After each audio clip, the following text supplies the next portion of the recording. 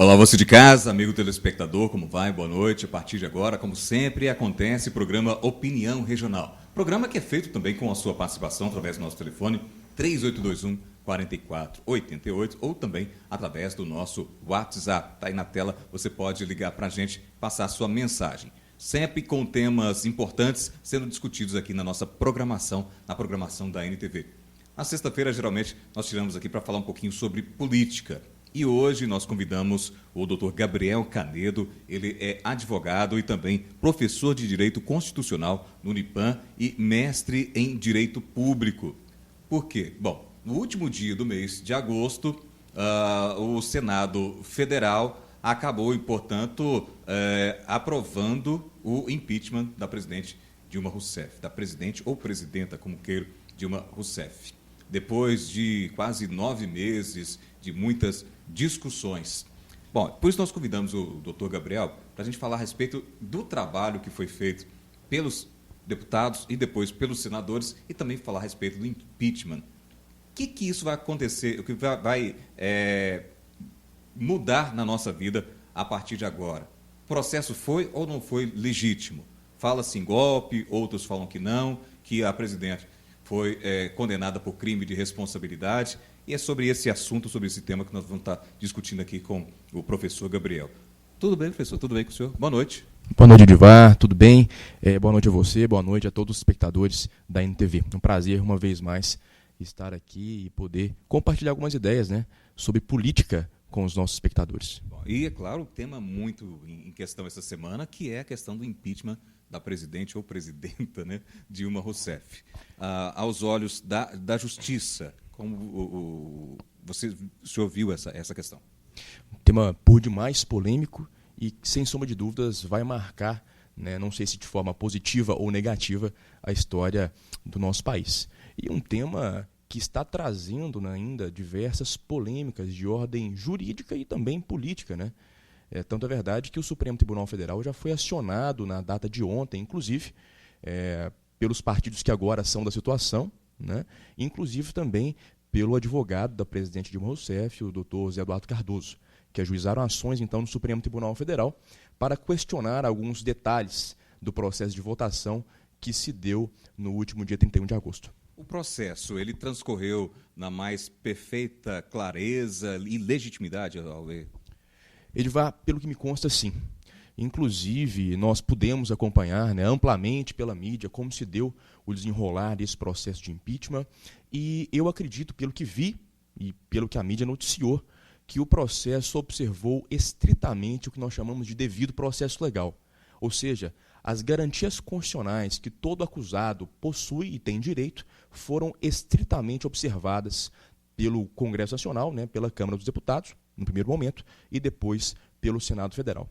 Então, por exemplo, garantias da ampla defesa, do contraditório, da publicidade, da razoável tramitação que o processo teve, né? Você já disse no começo, processo que tramitou por durante 9 meses. Portanto, eu acredito que todas as garantias foram estritamente observadas. E por essa razão, nós podemos concluir que o processo se deu de uma forma legítima. Evidentemente, eu quero até aqui advertir os nossos espectadores que eu faço uma análise técnica, né, uma análise apartidária, porém técnica. Eu quero aqui então dizer que, por essa razão, o processo foi um processo legítimo e, evidentemente, que algumas pessoas podem discordar, né, podem compreendê-lo como sendo um grande golpe, né, constitucional, uma grande farsa, como se tem dito por aí, porém, eu quero acreditar que foi sim um processo político. Agora, no âmbito político, é claro, as opiniões elas se dividem. A partir de agora, professor, o que muda na vida do brasileiro depois dessa decisão do Senado Federal? Bem, nós estamos agora diante de um governo que até então era um governo interino e agora se firmou, se consolidou, né, na presidência da República e estamos sob o comando de um presidente que, quer queira, quer não, para o bem ou para o mal, entrou pelas portas do fundo do Palácio do Planalto, a partir de um impeachment. E nós não sabemos ainda, né, como vai se dar as cenas dos próximos capítulos, porém, eu acredito que nós teremos uma certa dose de instabilidade. Inclusive, nós já podemos ver na imprensa que o PT está se articulando, pretende lançar uma proposta de diretas já, né, mais uma vez, enfim. Nós temos que observar bem e ver como que vai se dar esses encaminhamentos. Mas, de qualquer maneira, Edivar e telespectadores, nós precisamos fazer uma reflexão crítica acerca desse evento. Né? Vale dizer que, em um curto espaço de tempo, a nossa jovem democracia passou por isso 2 vezes. É claro que há uma diferença, né, entre os 2 eventos, entre os 2 episódios, mas são eventos muito semelhantes. E nós podemos chegar a 2 conclusões distintas. Primeiro, a de que a nossa democracia é uma democracia muito jovem, muito imatura e que, portanto, precisa se consolidar com o passar dos anos. E um segundo entendimento, né, que é o entendimento, por exemplo, do ministro decano do Supremo Tribunal Federal, ministro Celso de Mello, um brilhante ministro, diga-se de passagem, e ele sustenta, na verdade, que, por mais que esse evento seja um acidente constitucional, ele usa essa expressão, nós podemos ver em 2 oportunidades que as instituições funcionaram razoavelmente bem, ele diz. Né? O Senado e a Câmara souberam trabalhar, né, razoavelmente bem, o Supremo Tribunal Federal da mesma maneira, né, até faço uma crítica, acho que o Supremo às vezes interferiu em demasia, mas enfim, as instituições souberam dar as respostas, inclusive em consonância com aquilo que pensa o povo. Para que as pessoas em casa possam entender um pouquinho mais, doutor, em relação à questão da presença de Ricardo Lewandowski presidindo a sessão, que é o presidente do Supremo Tribunal Federal, ali no Senado, se fazia necessário ali justamente para seguir o que ditava ali, o que dita, na verdade, a Constituição Federal. Exatamente. Veja bem, naquele caso, curiosamente falando, o Senado Federal ele tem a missão constitucional de julgar o presidente da República quando ele pratica, então, crime de responsabilidade, quando ele atenta à Constituição.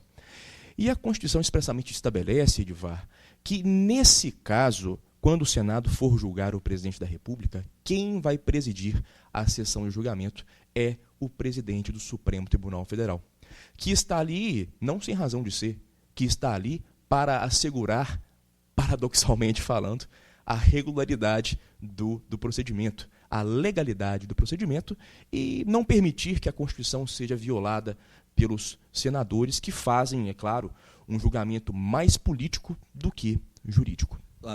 No decorrer de todo esse processo, houve uma enxurrada de processos sendo levados ao Supremo Tribunal Federal. Isso acaba atrapalhando o processo democrático, doutor?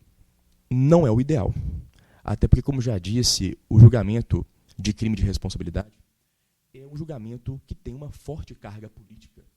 E, portanto, o Supremo ele somente deve interferir quando o Senado, quando a Câmara se afasta da Constituição Federal.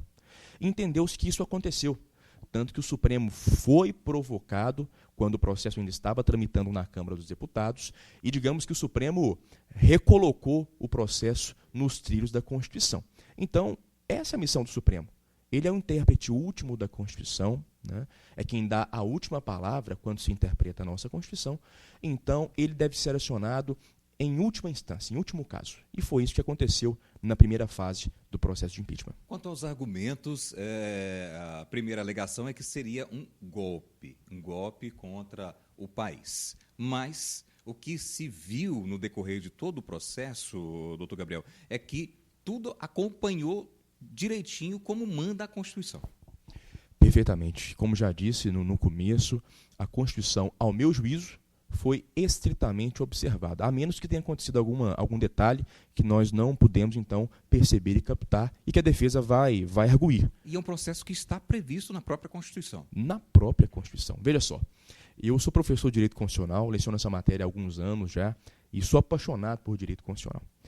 E muito me entristece quando as pessoas vêm dizer que esse procedimento de impeachment foi um golpe. Entristece muito, porque, na verdade, a palavra golpe, Edivar, ela está impregnada de sentido, de uma carga de sentido, que não corresponde com o que aconteceu na realidade. Um golpe que demorou 9 meses? Exatamente, não. E um golpe que se deu à luz das garantias constitucionais.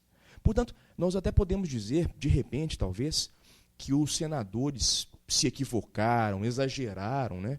Que, na verdade, não era a hipótese de se instaurar um processo de impeachment. Até admito, né, se chegar a essa conclusão. É legítimo. Agora, dizer que é um golpe de Estado, um golpe institucional, isso me parece muito despropositado e, mais do que isso, me parece insensato. Constituição brasileira que foi promulgada, se eu não me engano, me falha a memória, em 1988, depois da Assembleia Nacional Constituinte.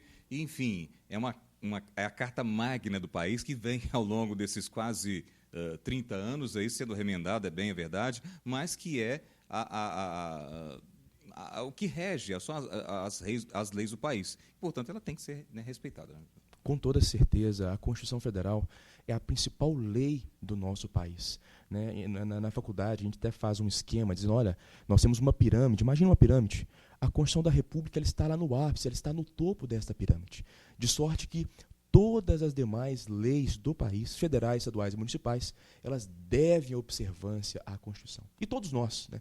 Todas as instituições, judiciário, executivo, legislativo e nós, cidadãos, devemos estrito respeito à norma constitucional. E, nesse caso, só para poder concluir o raciocínio, nesse caso, nós temos a previsão expressa na Constituição do impeachment. Portanto, me parece muito forçoso dizer que é golpe. Bom, nós estamos recebendo aqui o professor Gabriel Canedo, advogado e professor de Direito Constitucional do Unipam e mestre em Direito Público. Nós vamos, então, só para um intervalinho e já nós vamos retornar com esse assunto que é bastante polêmico, porque no dia do impeachment da presidente Dilma Rousseff houve a questão polêmica em relação a ela manter ou não os seus direitos de inelegibilidade. É isso que nós vamos estar discutindo daqui a pouquinho também com o professor. Para o intervalo, já a gente volta.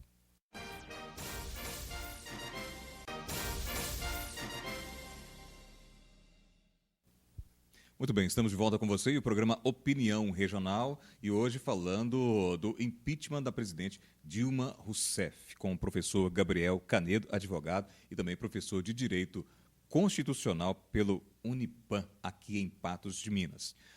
Já de cara eu quero entrar numa questão polêmica que foi a decisão de Ricardo Lewandowski de, lógico, a presidenta é impeachmentada, mas ela não perdeu os direitos políticos dela.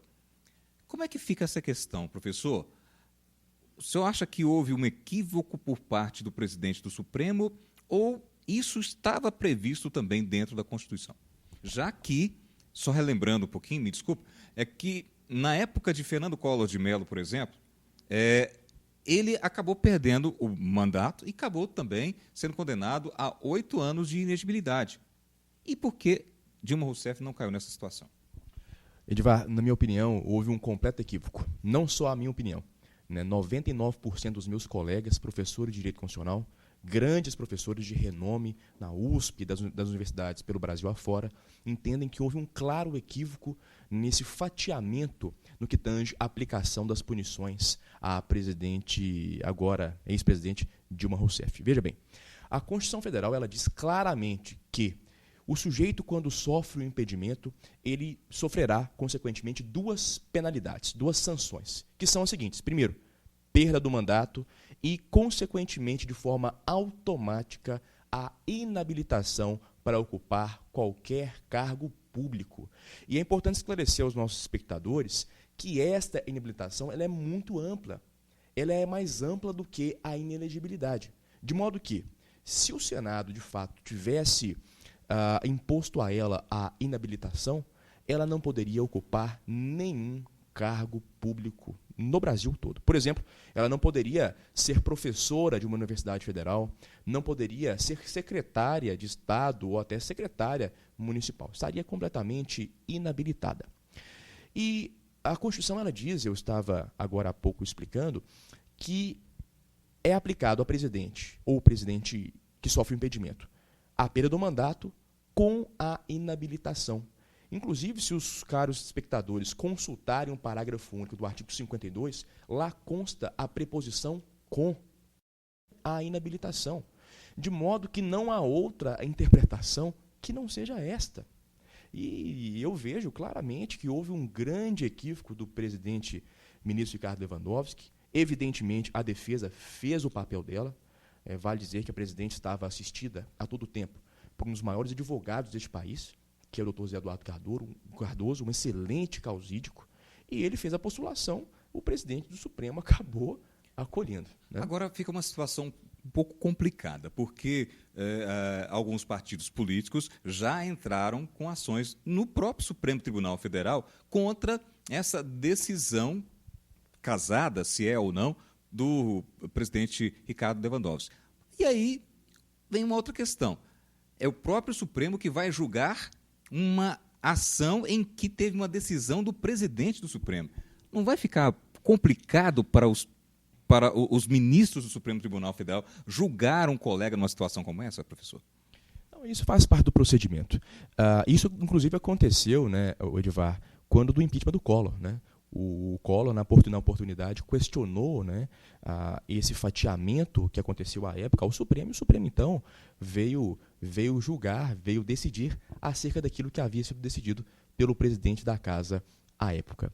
Mas, veja bem, a questão já foi levada ao Supremo Tribunal Federal. Há uma série de ações questionando esse fatiamento, inclusive algumas ações derivadas de alguns segmentos da sociedade. Por exemplo, a Associação dos Médicos do Brasil ajuizou uma ação no Supremo. Eu achei interessante, até porque demonstra que há uma preocupação generalizada com desrespeito à Constituição.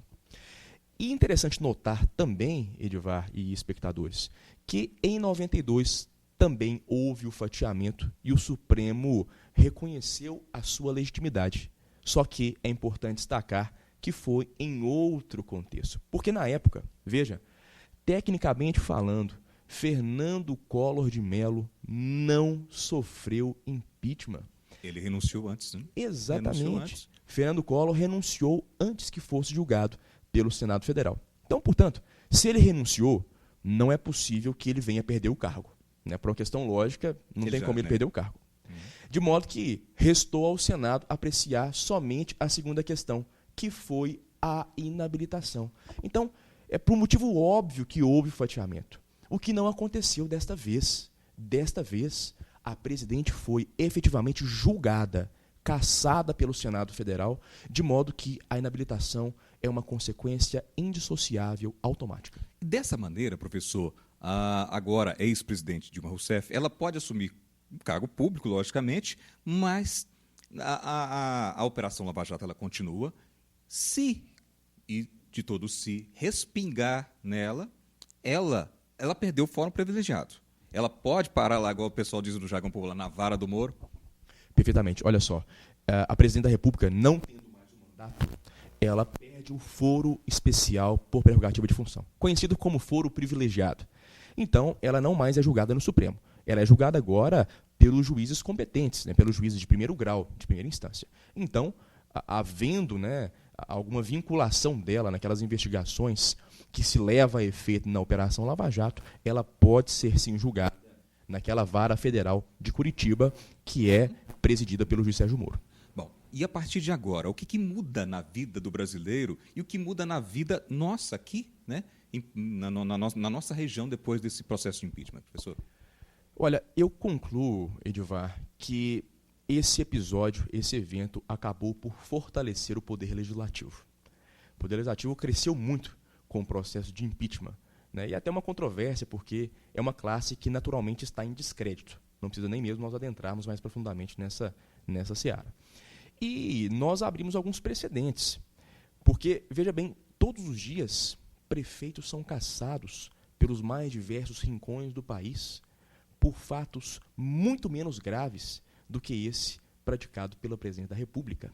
E, portanto, se ela sofreu um impedimento, será que não haveria, talvez, um estímulo? Né? É uma questão mais sociológica do que jurídica. Enfim, pode ser que haja realmente esse estímulo e nós passemos a ter mais cassações de prefeito ao longo do país. Abre-se espaço agora para se discutir o parlamentarismo no Brasil? Abre-se não só o parlamentarismo, mas um outro regime chamado semipresidencialismo, que me parece que é mais adequado à nossa realidade do que o parlamentarismo. E eu só quero esclarecer um detalhe. Para que haja a mudança do nosso sistema de governo, que hoje é o presidencialista, é necessário haver consulta popular. Porque na década de 90... Plebiscito, né? Exatamente, plebiscito. Na década de 90, é importante mencionar, os meus pais foram às urnas dizer se optavam pela república, pela monarquia, pelo presidencialismo e pelo parlamentarismo. Então, se houver mudança agora, o povo também tem de ser consultado. Professor, eu agradeço aqui. Eu tenho certeza que nós ficaríamos aqui muitas e muitas horas discutindo essa questão, né? Obrigado mesmo. E vou abrir aqui um espaço para que o senhor possa voltar novamente e a gente discutir mais um pouquinho aí em relação a essa questão do impeachment, da agora ex-presidente Dilma, o que pode acontecer com o nosso Brasil e com o nosso município a partir de agora. Eu agradeço aqui sua presença, sua participação. Obrigado, viu? Sou eu que agradeço, o prazer foi meu. Eu sou um apaixonado pelo direito constitucional, tanto que leciono a matéria. E sempre que precisarem de mim, estou à disposição para vir aqui compartilhar algumas ideias. Obrigado. Professor Gabriel Canedo, professor de Direito Constitucional do Unipam e mestre em Direito Público. Você vai ficar agora com o programa Conexão Unipam e depois, logo na sequência, as principais notícias de Patos de Minas e também de toda a nossa região com o NTV News. Uma boa noite para você, até semana que vem.